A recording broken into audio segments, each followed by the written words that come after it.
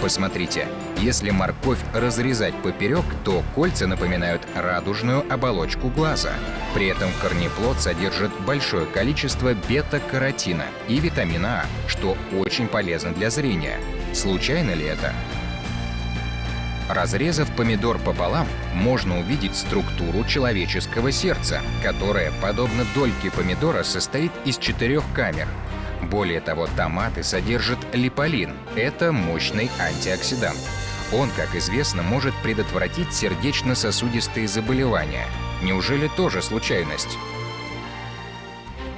Гроздья винограда напоминают легкие. Посмотрите, органы дыхания даже в современных научных исследованиях изображают как ягоды, собранные в гроздь.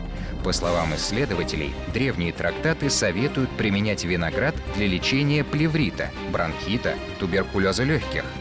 А вот фасоль схожа с человеческими почками. Известно ведь, что употребление фасоли способствует растворению камней в почках. Опять совпадение? Посмотрите, сладкий картофель батат напоминает поджелудочную железу, а блюда из него по официальной версии спасают поджелудочную от опухолей. Сельдерей – копия наших костей и в то же время источник кремния, нужного для укрепления скелета. Корень имбиря чем-то похож на желудок, и при этом он способствует пищеварению. Кольца лука под микроскопом напоминают клетку, а сам овощ убивает патогенные микроорганизмы.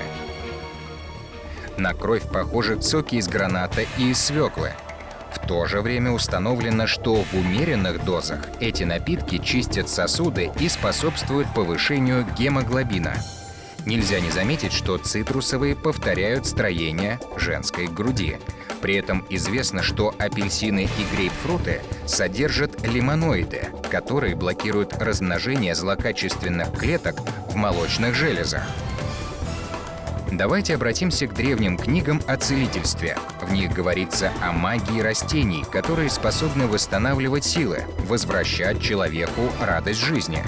Исследователи выдвинули шокирующую гипотезу. Энергия правильно подобранных плодов и трав исцеляет от болезней и даже может защитить от так называемых злых сил. Фантастика? Совсем нет. Давайте обратимся к невероятным фактам.